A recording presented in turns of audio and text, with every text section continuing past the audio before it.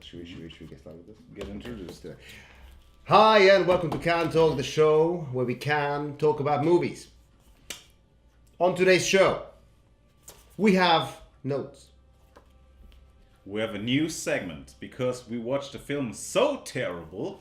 Ooh. We have to rip it apart. The stupidest thing I've ever seen. This is the room quality. Yeah. A little bit of backstory here.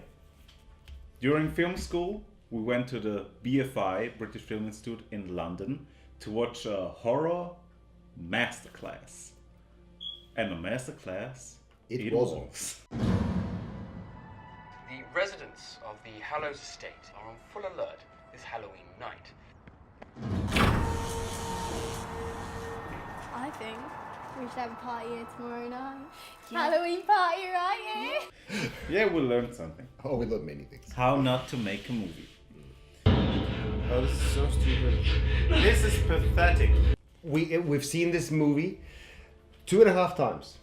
Oh, And I don't want to see it any more half-time ever in my life. we were dreading doing this film talk because, frankly, this movie is such an abomination that this doesn't make any sense. Do not watch this movie. And we watched it as a horror masterclass. There was a question and answer session with the director and producer and writer. And composer of the score of the movie. Not the main actor though. He didn't act in it, so that's something. Now, as soon as we watched it, we had the opportunity to spend time with the people behind making of this movie, and to spend some time networking with them. But we chose to go to the pub and get very drunk instead. The reason for that is the reason why we made this Can Talk today. Because this movie is so bad, so horrifically bad, that I believe we need to dissect it and see what's wrong with this thing. We thought nobody except us from the BFI talk would ever see it. But then I flipped through Netflix and there it was. It's Hallows Eve. Hallows Estate is one of the so-called red band estates of the country. There he is. You hanging tonight? Yeah, we're ringing. Always a pleasure to meet a couple of certified cliches. Do you miss your sister, Daz? No choice to go.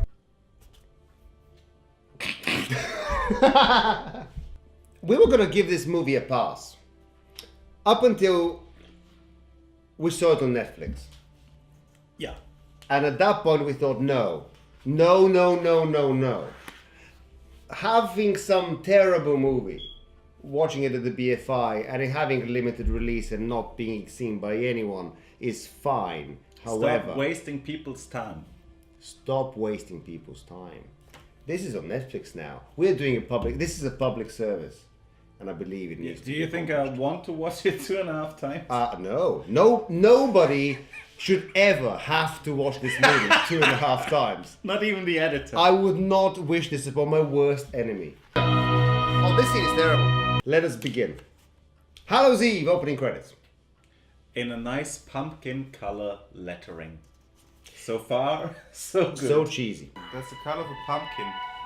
It's the color of the pumpkin. The title's the color of the pumpkin. So clever. The striking thing about the opening sequence was not the font or the color or the terrible drone footage. It was the striking familiarity that I had with the soundtrack. Breaking new ground. Oh, they sure are. Nice Blade Runner style soundtrack, right? I did the music, and that was purely, it was mainly to save money. You did the music? Yes. You wrote that score? Yes. You didn't tell me that? No. Oh, shit. I wasn't going to do it if I didn't think that I could do it. One of the other issues I found was that the music changes in style. In the beginning, we have the sci-fi vibe, the Vangelis sound that this is very much stolen by this hack fraud. I mean, what's his name? Brad Watson. By this hack fraud, Brad Watson. This must be the absolutely terrible 80s vibe music. We didn't realize that the director, writer, producer of the movie had also composed that particular. No. Blade Because we Runner. came late into the movie. Sorry, BFI, we came half an hour late into the movie because we were outside drinking or whatever. That was a good thing for us. It's a good thing. It helped the movie experience. I think we would have walked out if we hadn't drunk before we walked in 20 minutes late into the film. Over the past week, so-called graffiti tags have appeared All declaring the Hallows streets Eve will now belong to us. Statements like these responsible. have been posted on walls and fences throughout the Hallows estate. These pricks think they're gonna come round here tomorrow and take over. Why all the threats for tonight? Don't know. Boys, get in the car. We're taking you home. We are Rome. Yeah, Okay. It starts with two children doing some shit and riding a bike for... It felt like 10 minutes, children riding a bike with close-ups on the pedals and riding, and it leads nowhere. It was just wasting my time. Over that we had a terrible, not fitting score. Mm-hmm. What's the point of the biking? There was no point in that scene. During that sequence, there was I've got in my notes here. I've got use of music attempting a ghetto vibe, which really failed. Music is so wrong. Oh, that's terrible. So the bicycle sequence is poor on a few levels, conceptually mostly. You're trying to get from one side of the estate to the other, and the children are making that journey. And we're being shown this from multiple angles on these bicycles. You see the spokes, you see the pedals, you see the handlebars, you see the bike in motion, you see it from the front, from the back. They've got a GoPro on it. They're shooting reverse angle, front angle, and that whole sequence has no point whatsoever.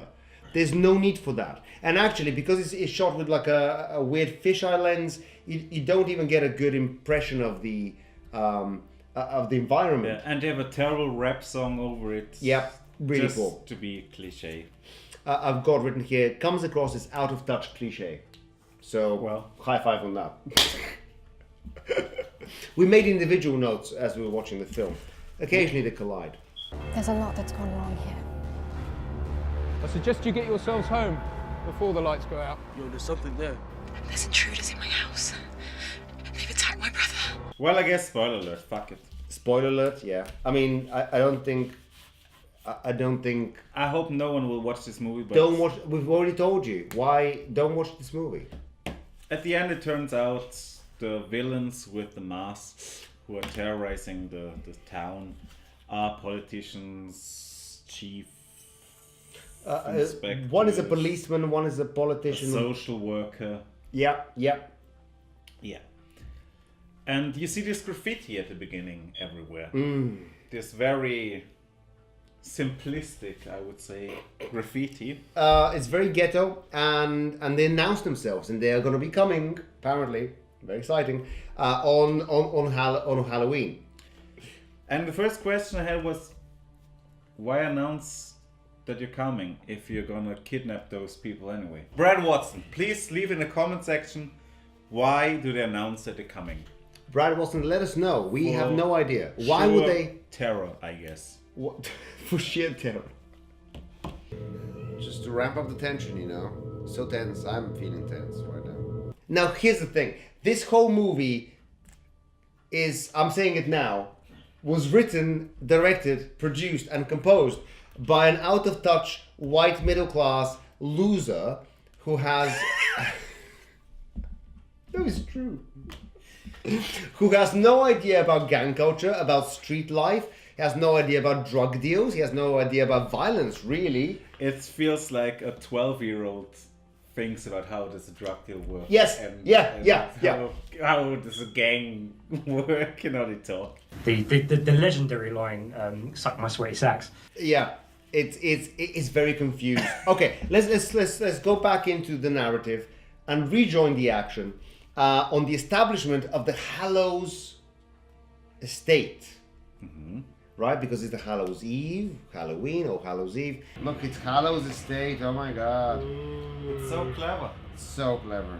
Hallows estate. I give them that. Fuck it, I give them I that. think it's forced and shitty. But anyway, but fine. Okay, fine. I've written here Hallows that utter bullshit, and I completely back my own writing. I actually wrote this about 3 months ago. When we first tried to watch it, but then We tried to watch this and record this camp we talk watched about. something else.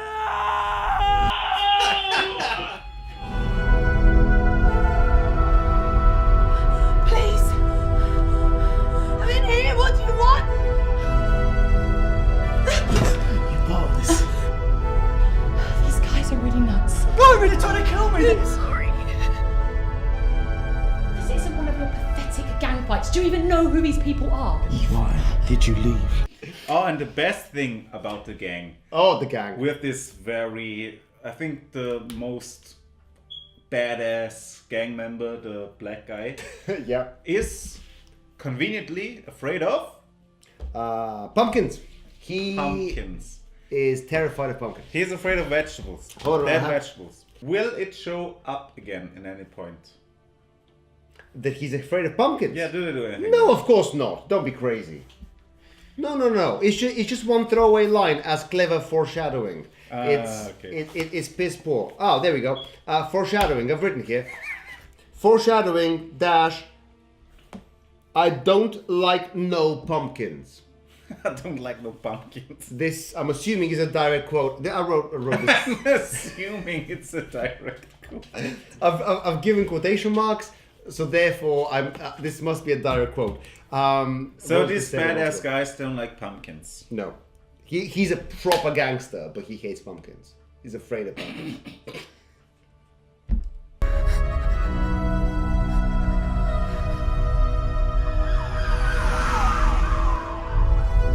Stop! We know who you are.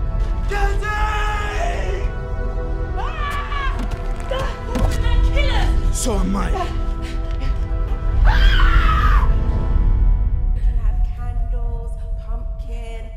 Candles, pumpkin. Bring no pumpkins. It'll be sexy. That's just good. You got something planned with What kind of gang is like, oh, we're gonna bring candles and pumpkins? I'm afraid of pumpkins. What's sexy about pumpkins and candles? That's my primary interest. What teenager would go to a shop and buy pumpkins and For- candles for a party where they come anyway every day. for a party in an industrial derelict place where they go and hang out and smoke and drink every day anyway? It's not gonna be a different night. It's just they're gonna bring pumpkins. Do you know how much pumpkins are? Pumpkins are like 15, 20 pounds, 20 euro. Because for the last 2 years, all I've done is buy pumpkins at this time of year. No teenager will spend money on that. You can buy weed with that money. I think Brett Watson, the director, Has no idea about youth life. No, I'm just thinking that I'm wondering that he didn't put a based on true events on it because he as a child was afraid of pumpkins and used that. No, I'm serious. And they put a pumpkin in the room. Because it's scary. Spooky pumpkin! Spooky pumpkin in my face. The villains and or the teenagers come into the left building, put up pumpkins everywhere. No, it has to be the villains, otherwise it wouldn't make any sense. It wouldn't make any sense. And why as villains, if you want to try to murder these gang members, would you carve out all these pumpkins and put candles So in it I'm a and put it politician. everywhere? I'm a politician and I want to teach these youths a lesson.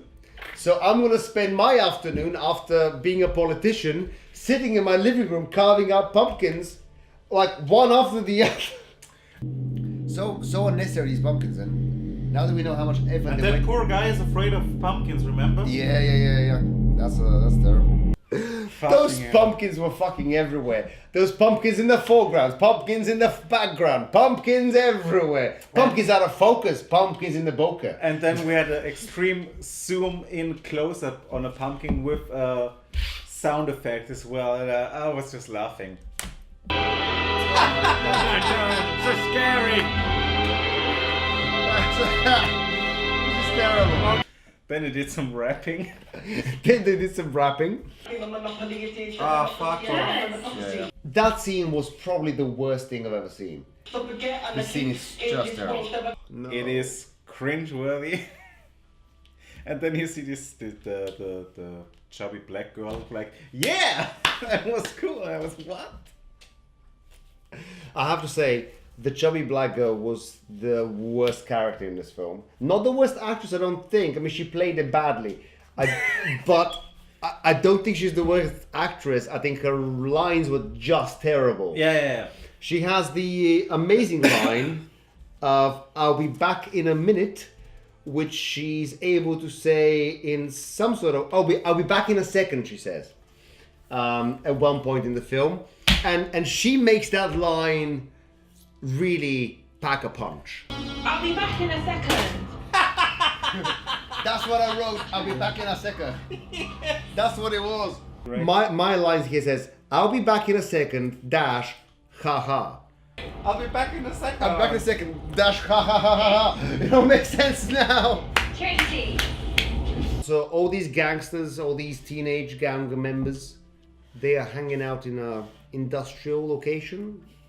They've discovered a factory, disused factory or warehouse type of place. And they hang out there and they listen to music and they do what teenagers do, right? I mean, this is what teenagers do. They hang out in industrial locations and listen to music on their phones and then freestyle rap. Nobody's brought a speaker. Nobody's brought a Bluetooth speaker to get a better sound. These are all teenagers. That's what they care about. But Ted, that's all nitpicking. I don't know. It's bad. When the gang was strategizing their plan to go and attack these people, the editing did something weird. I say weird. He did it on purpose, but he did it so badly that it was weird. He was ramping up the tension by cutting faster and faster between different people in that sequence. So he starts off on a Y, we slowly push in, and then we look at various things. And then as that scene progresses, he cuts quicker between various characters, as opposed to sort of drive up the tension of the momentum of the movie. Ah, yeah. He wants to do a bird thing. Terrible. I've actually written, fast editing dissolves the tension.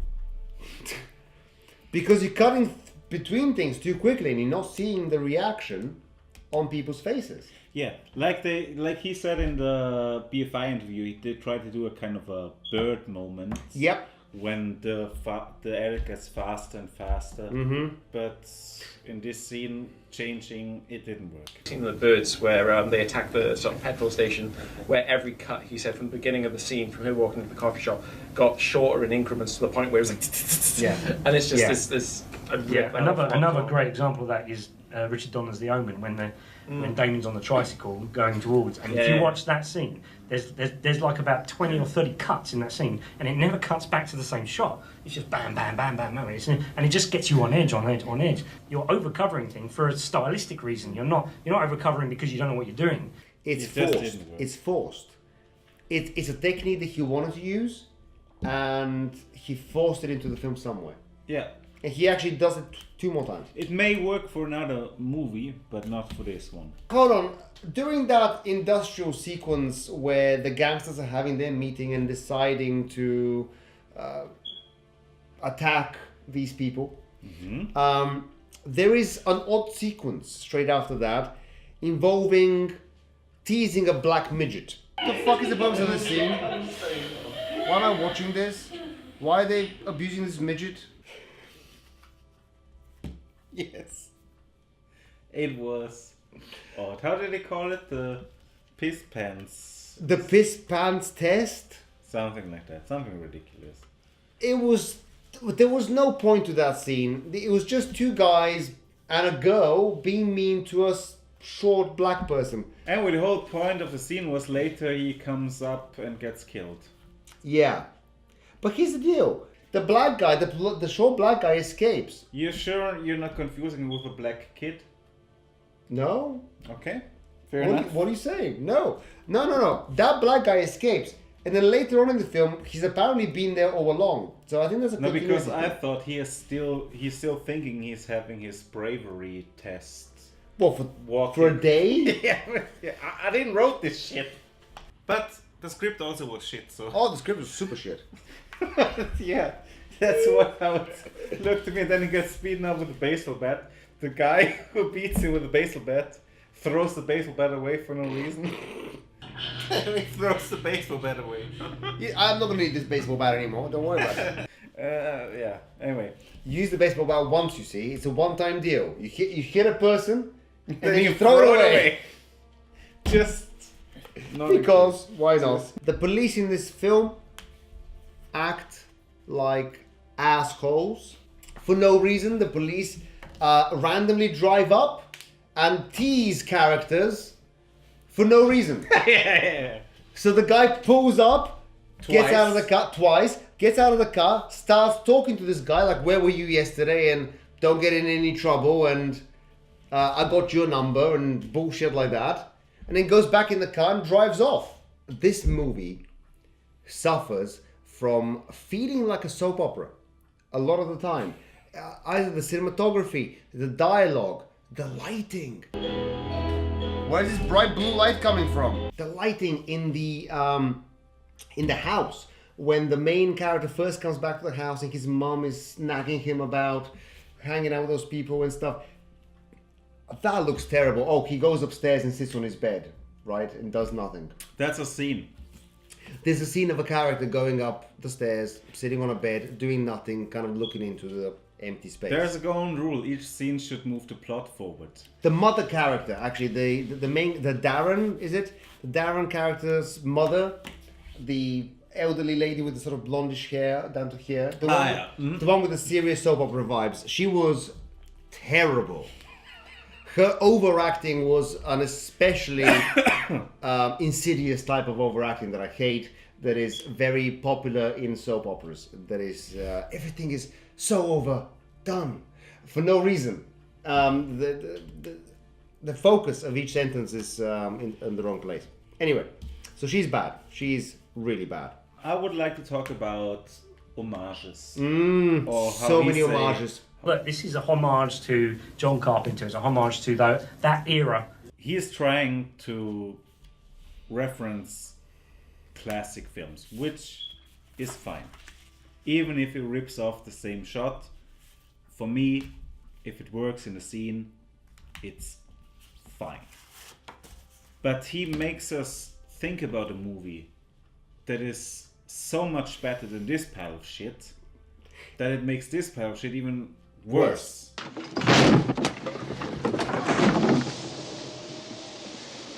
Anyone messes with me and the whole camp goes.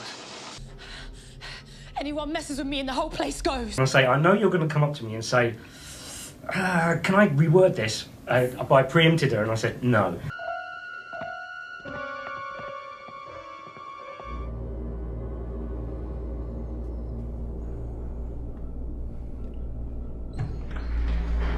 So we have the scene where she's looking out of the window and sees a guy staring at her. Classic Halloween thing. And it was just there. It's an homage. It's just pure genius, really. Then you have the famous scene. Then you have the where the main character, the girl, with her brother, see those intruders. They're all slowly walking towards the house, like Mike Myers in Halloween.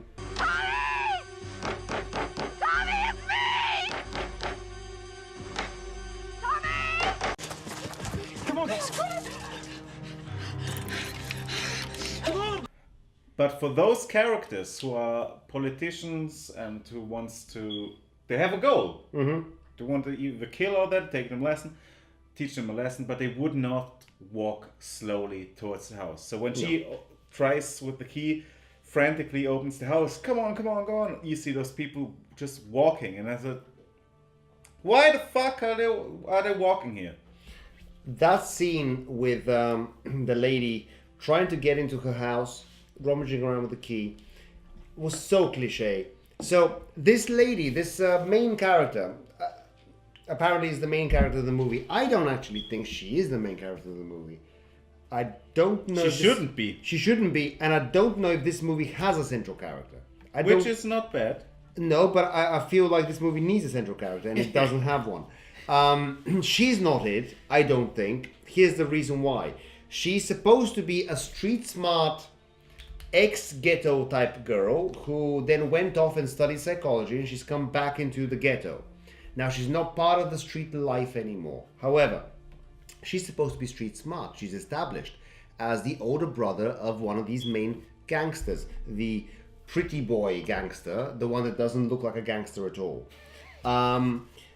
So she, in this scene, she is petrified. She's running out, and she sees her brother, the gangster, and he tells her to run, and she spends about 20-30 seconds kind of panicking, losing her fucking shit, and saying stupid things. She wouldn't be panicking and going hysterical in the middle of the street when she feels they're being hunted. Why would you draw so much attention to yourself? It doesn't make any sense. Then you see those people coming towards them. They go inside the house. They just make it inside the house before they reach the door. And then the guy says, "Turn the lights off." For no reason. No, for one reason. Oh! To show this effect that the moment when he turns the lights off, some magical light in the garden goes on and reveals those people with the mask standing outside. Yeah, so this is one shot. And the reason is because I wanted this shock to happen in one shot. Because I just thought it'd be more effective if we didn't cut, bam, and then that happens. And I don't know, you might all sit there and just laughed, but... What a twist! Yeah. It's a one take. The director was very impressed with himself. Now, this director was very impressed with himself a lot. But if you watch the movie, it's one amazing... And this scene, which is a one take from the door to going inside the living room to then turning off the lights and the gangsters showing up behind them in the garden. Yes, it's a one take. Well done there. Yeah. However, it makes no fucking sense. And this is a bit of a problem. So they turn off the lights inside the house to not draw attention to themselves. Somehow that automatically turns on a light outside in the garden, illuminating the bad guys with the masks for no reason. But it was not a real light, it was just an effect. It was just an effect. Yeah. Now, this leads us on to one of the most fucking hilarious break-in sequences I've ever seen. So we are at a sliding glass door. And don't worry about it. You're gonna ruin continuity. We're behind a sliding glass door, and the heroine of the piece, right? She's holding the glass door, and I forgot about it. Sorry. Go on. And the bad guys with the mask, they're outside the glass door, and one of them's holding a crowbar, and another one has a hammer. Okay, so now us knowing this information, if we are the gangsters, bad guys with the masks, we'd probably just break it and go in. But clearly, they didn't have the budget to break that particular glass. We can't afford to break this window, let's just slowly push it open. So instead, we have a hilarious scene where they tussle over sliding the door. But he stuffs the crowbar in, and he uses the crowbar to open it, but she uses her general lack of strength to not fight him. Then she runs upstairs, hides in the closet. Fair enough. Oh no. And it's a closet with wooden doors, so you can't see through. Yeah, it is clearly shown when she's hidden from in the closet and the doors have closed. The doors are closed. You can't see her. You can't see her. The doors are closed. There is maybe a millimeter gap. But, however, she sees like 10 centimeter gets light through it. The cupboard is not open at all, right? Fully closed. Yeah. Good. Where's this fucking light coming from? Then the baddies come into the room, in the bedroom, looking for her. Not really looking for her. One guy with a hammer. To raise tension. He just hits it against the bed with the iron thing on it. It does very tense. So tense. What's he doing? What is he doing? Why is he hitting the bed with a hammer? And it's supposed to raise tension, but he just looks like a retard. He's just walking around hitting the thing with a hammer. I'm not looking. I'm looking for you. What's he doing? Then, the moment that guy walks out, we're safe. The moment he's just come out, it's been 3 seconds. What does she do? She takes the phone out. Hello, I'm on the tech or something. Please. That's super loud. Yeah, immediately after he's out of the... I can't talk. Let me call some other person. So she calls the police. She's on her phone. She's quite loud in that cupboard. And she's going, hello, I'm at such and such address. Somebody's in my house. I can't talk. And then the police officer on the other side and her continue to have about a minute conversation where she continues talking quite loudly. Also, she carried on talking for about 4 sentences after she said, I can't talk. Quickly. They hung up on her. Yeah, because that's what the police do when you phone them. No, they say stay on the phone, put the phone down, stay on the phone. If I was on that floor, I would be able to easily hear her. Which means if somebody was looking for her, she's just giving herself away. Then you have a moment of silence, and I have to give the writer, Brett Watson, some credit here. And I said, okay, let's sit down and write it. And you sit there, go to coffee shops, and you sit there, and you're like, page one. And then You're writing coffee shops. Well, the only reason I'm going to defend myself here. The only reason I'm writing coffee shops is because I have to stay away from the internet. The idea of filtering it through a John Carpenter 80s style, when that kind of clicked, I was like, right, I think I can do this now. And then I sat and I wrote it.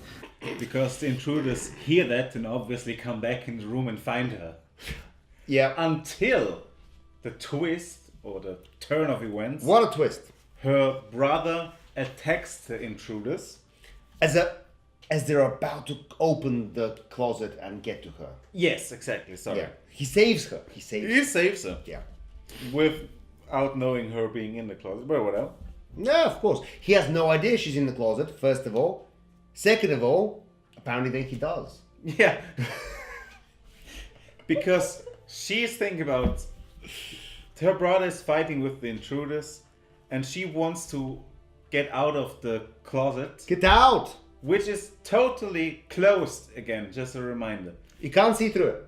And he looks at the camera and shakes his head and then she stays in there. And then they get her, right? Yeah. They get her anyway. Anyway, they get her anyway, so it was all pointless. Then she runs out straight away, making all noise. They've just left the house and you're gonna run out screaming. She looks through a keyhole and sees a guy has shoes on with 2 different shoelaces, which you can't see. How does she see that? You can't look down through. You can't look down through a peephole like that.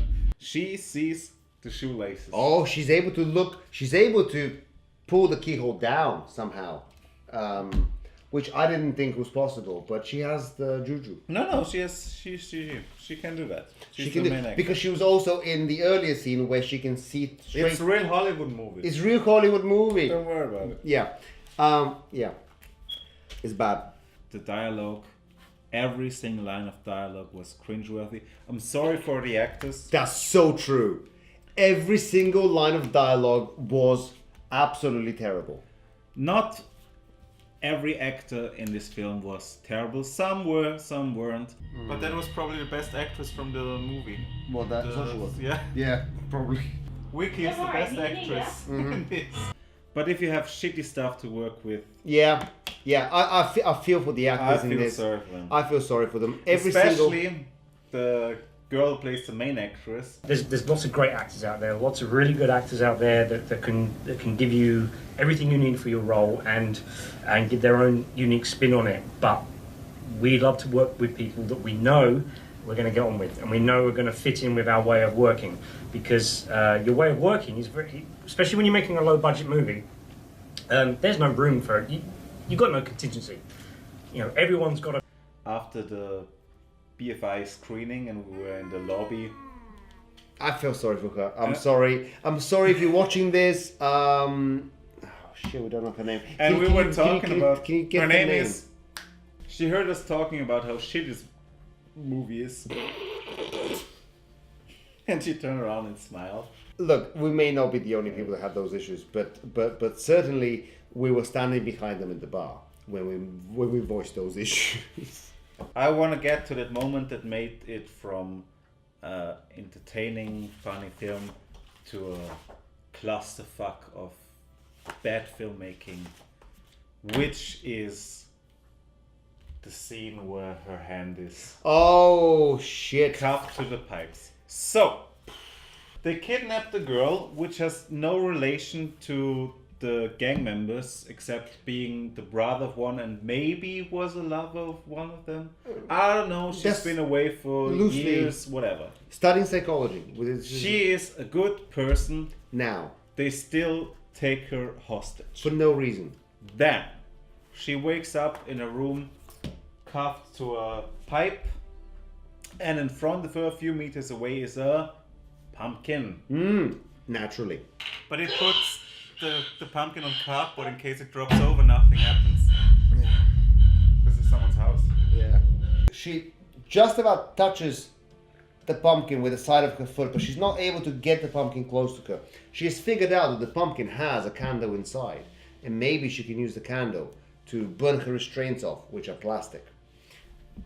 However, the pumpkin is standing on top of a piece of cardboard, which she has easy access to, which she can slide towards herself if she used one of her 2 brain cells. However, that character is somewhat retarded, so she doesn't do that. Mm-hmm. I don't know, she yells, so somehow 2 villains come into the room. What a scene. This is nerve jangling. I was tense. One of the guys grabs her legs, and the other is kind of close to getting to rape her. And so then climbs on top of her, straddles her a little bit. Why is he sniffing her? By the way, this is either a politician or a police officer. Yeah. He's doing this. And mayors and people that work, and parents and adults. Wearing a mask, and he smells at her like close, like I'm gonna shove my dick into you if you want it or not. And then the one guy holds her, the other guy smells her, and then they leave the room. Even rape the bitch or do nothing at all. Yeah. Either rape the bitch or do nothing at all. I agree with you, man. I don't condone his actions or words. But they moved the pumpkin a little bit closer. What's going on? One guy holds her, one guy smells her. What's happening? That's what I know, but when you say it, it sounds so ridiculous. And then they leave. So they come in to smell her, and they leave. One guy holds her, one guy smells her, one guy pushes the pumpkin slightly closer to her, and they all leave. I guess that's enough. Let's move. Let's leave. So now that they all left, she reaches the pumpkin, which has a candle inside, which comes in handy. See the pun right there? Oh god. Okay, alright. She's pumped to an iron thing like this. Yep, She takes the candle, and she doesn't put it to the side where the plastic is. Can just burn through. So just burn through with a little bit of an ouchie. Yeah. No, she puts it directly at her hand. Oh! Just burns her skin for no reason. Well, she can just burn it on the backside where it touches the metal that she's tied up to. No, that'll just heat up some metal. No, she's gonna burn through his skin. That was the funniest moment. Didn't we all laugh in the cinema? Yeah. It's hilarious. And later she does the same thing with another poor guy. Are you on their side? She subjects her fucking lunacy on another victim. The guy's like, why are you burning my skin? And he goes, do the other side. And she's like, no, that's cool. This is where the movie really went downhill. Like, bam. Oh, this is like, that's where I thought this is the worst movie I've ever seen. And they're selling this as a So masterclass. Are you kidding me? So close. Well, it was a masterclass. Oh my Jesus. and she was breathing so heavily throughout the whole sequence before they come in, the two weirdos that smell her, and afterwards, where she's burning herself, she's constantly breathing so heavily. It's so noticeable and so off-putting. There was a lot of breathing in the film. Was that like accentuated in any way, or was? Hell yeah. He again had a good excuse. He's the director, the Brad Watson, writer-director, is a little bit delusional, I think, with a little bit questions, which were clearly critique of his work. Yep. And he kind of tried to flip it around and give advice. It's an interesting thing that you point that out, though, because if you took that out, it would be nonsense. It really wouldn't work. My ADR sessions were very strange. And it was like, more in the nose. Okay. Now make it from the mouth. Okay. Brad licking his teeth watching. When I was asking, is this a comedy or not? Still not quite sure what tone you wanted to achieve with this movie. Was it supposed to be serious horror or more comedy? Did you find it funny? That's your job. Did you find it funny? Yes. Yeah, you did. You found it funny. I was thinking, was that intentionally or? When you make every time, yes. Yeah. Every time you laughed, I intended it. No. Okay. No, it's an interesting question. Okay. Here's the thing. Frankie's death scene, when we were shooting it, and everyone was when we were shooting it, because it's such a beautiful shot, atmospheric shot, backlit, and everyone's going, oh my god, this shot's amazing, and it's so atmospheric, and I'm going, yeah, but you know everyone's going to laugh in this. You know, when Frankie gets hit, they're going to laugh. And I'm like, no, it's horrible. I'm going, yeah, it is horrible, but they're going to laugh, because that is what you do. I've done it myself so many times, and horror and comedy are so closely linked. We've all seen Shaun of the Dead, right? It works. But the stuff that we were saying is funny was not intended to be funny. Yeah. Then you have the scene where the black gangster gets conveniently into a room where there's a left costume for the villains. You know the scene in Django Unchained where someone have an extra bag? Yep. They have an extra bag. Oh, and an extra jumpsuit. And they take advantage of this. Because obviously the bag people decided to get a surplus of bags of jumpsuits Just and store them in and store the evidence of the jumpsuits in the building. Yeah, they were going to clear them later, yeah. Yeah, because one of them didn't show up because he was sick or something. He was sick that day, yeah. Oh yeah, obviously. So, he puts on the jumpsuit and the mask, meets one of his colleagues in the hallway. Dun-dun-dun. They don't talk to each other, like... Yeah. But there is a jump scare music. Obviously. Obviously. Then he gets out of the complex, he's in the nature, and he has this Pulp Fiction Bruce Willis moment where he says, do I want to escape or do I get back and help? And he decides to get back and help. He does. And immediately gets hit by a hammer and this for no reason. And the whole scene didn't make any sense whatsoever than stretching the scripts to get 1.5 hours. That's what it was. That sequence, and actually quite a few sequences, they felt like we need to get to an hour and a half. They managed 88 minutes, so not quite an hour and a half. And I feel like they were stretching the script quite a bit. That sequence was also interesting because so these guys escaped this industrial location where they were held hostage. He was imprisoned in this place. He escaped by putting a mask on and putting the jumpsuit and able to, walk out without being seen. However, as soon as he walks out, he takes his mask off immediately. Even though 5 minutes before that, from the upstairs window, he saw that there's quite a few bad guys walking around downstairs outside. Oh yeah, take it off straight away. Yeah. You didn't watch them from the window, how they were all walking around outside? It makes no sense. Why would you ever do that? Walked around with a fake candle. Fake candle? Oh, The fake candles were so obvious. You could not have naked flames in this, so that's a torch. Look, you can see the bulb. That's a torch. What? All of these shots are digital effects with the flames. All the flames are comps. Oh, that fake candle's so fake. Then the girl is hiding inside of a room. Mm-hmm. And then later on, not much later, the villains go along the hallway and see the same room. Yes. And they want to go inside. Yes. But they can't open the door. For no reason. They try it. The door is visibly slightly open. But they try the door. it moves. It moves around. It moves a bit. But they're like, well, it must be locked. And they give up on that. They don't just kick it. It looks like a slight nudge would open that door. But no. They think that's fine. That's secure enough. There clearly is no one inside. No. Oh, why can't he get through the door? There we go. The door is very clearly slightly ajar as well, which makes it even worse. He's a master of suspense. Master of suspense. And in one scene, just to show that we get it, we see one of the intruders having a ring on his finger. Oh. Kind of twirling it around. Terrible. Look at my ring that I have. I think it was 6 or 7 times. We Yeah. saw a close-up in that whole 10-minute montage, or maybe...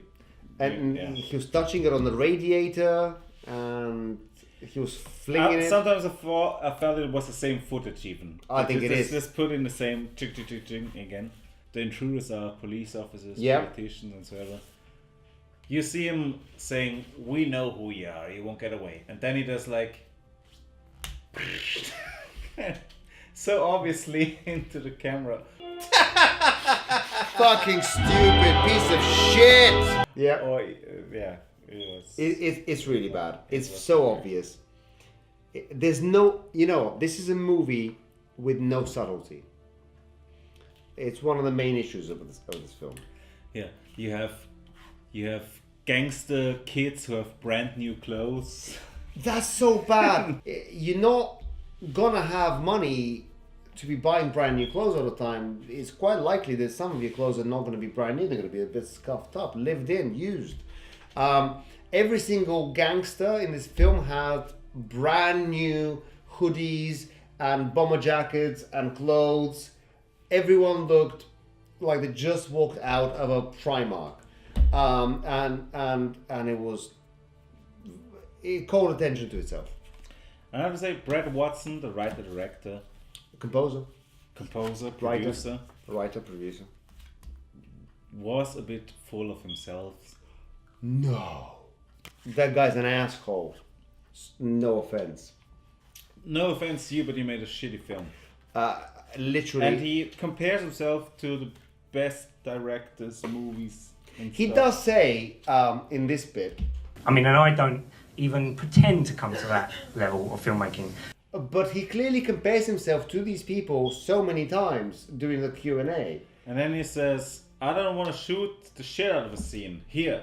When the big movies come out now, I don't get that excited about who's directing them because I know that they're not going to direct them. I know they're just going to shoot the shit out of them and cut them together. He's a walking contradiction. He has a go at Hollywood directors who overshoot things, and then his technique in several times of this film is to overshoot things.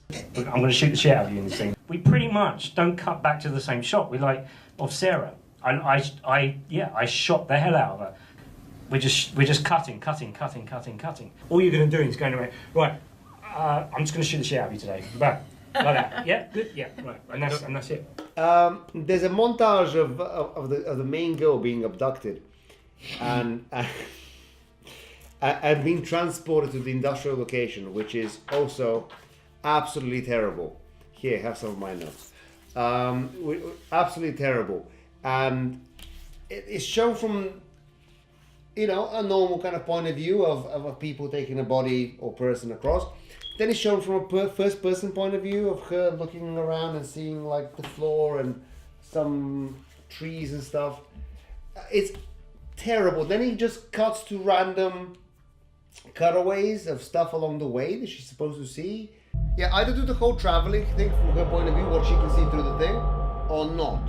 Next time, Brad, can you just stick to one point of view when you're doing this kind of shot. It'll be a lot better for your storytelling because currently it's confused. If you want to drive up the tension and get us to relate to your character, keep it in the first person. Let us see fragments of things that she sees. Or if you want to tell a story where she's knocked out and you want to show off her being just transported and not feel for her so much, then just show it from the third person. Don't just intermix between it. There's no point. You're just extending the runtime of the movie. The villain didn't make any sense whatsoever. No. That's one of the main problems of this film. The villains, parents, civil servants, and other people that decided to be vigilantes and take on this youth culture, these gangsters. This is possibly the worst, most illegal, most illogical way of achieving this goal. They're gonna stage a weird cult night where they kill some kids, 16, 17-year-olds. They're gonna kill them. Innocent kids. In some cases, completely innocent kids.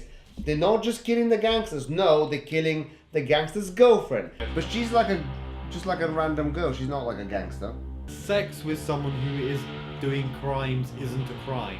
The gangster's brother, sister, the gangster's girl that he hangs out with that occasionally likes drugs.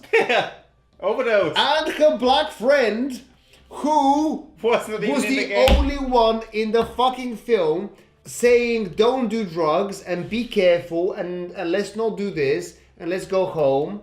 She was the only sensible voice of reason. They kill her off screen by slitting her throat. Now she was the one that was always telling the other one not to take drugs and to make the right choice, and they've just killed her off screen. Well, thanks for that. Thanks for that, movie. I like that your message is nice and on point. Oh, they kill off the midget because he wants to be in a gang. They kill off the midget because he wants to be in a gang. They smash his head with a baseball bat. That's supposed to be funny. Yeah, it is horrible, but they're going to laugh. Interesting, he says everyone laughs. No, this is a comedy scene that I made.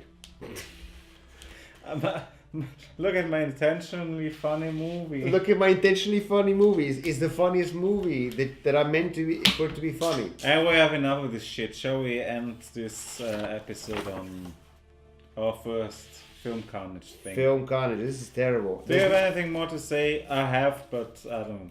I have a lot more to say. You cast the gas on us. They're gassing us. They had time to install a gas pipe thing in front of the door. You can come or you can stay.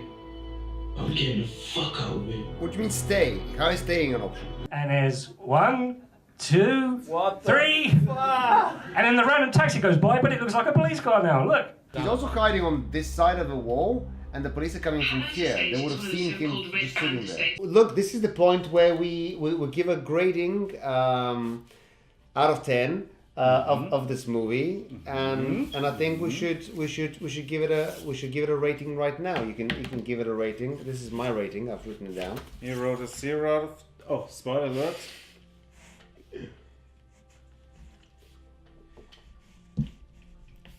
I love it. I'm not sure if that's good enough. I think this makes perfect but sense. This is a dick out of 10.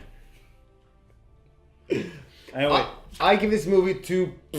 Sorry, Brad. This is a classic case of go home and try this again. No offense, but don't make another movie. So true. That's the true. That's the true. That's the true right there. That's the true. Woo! Good night, everybody. Good night. Go home. Drive home. Oh, by the way, like and subscribe to our channel if you like this content.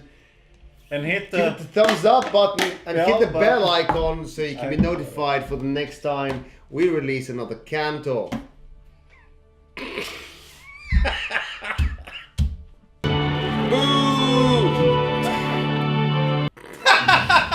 Yeah, what the fuck? The fuck? What did I say? The fuck just happened? Yeah, we just got teleported. That whole scene was completely useless. Completely useless. How long did it take us to shoot that scene? Oh my goodness. Like literally, it took us over a year because we shot. Oh, it started in 2014 and ended in 2016. Absolutely, yeah. I swear. Yeah, totally. I thought you were going to say an hour.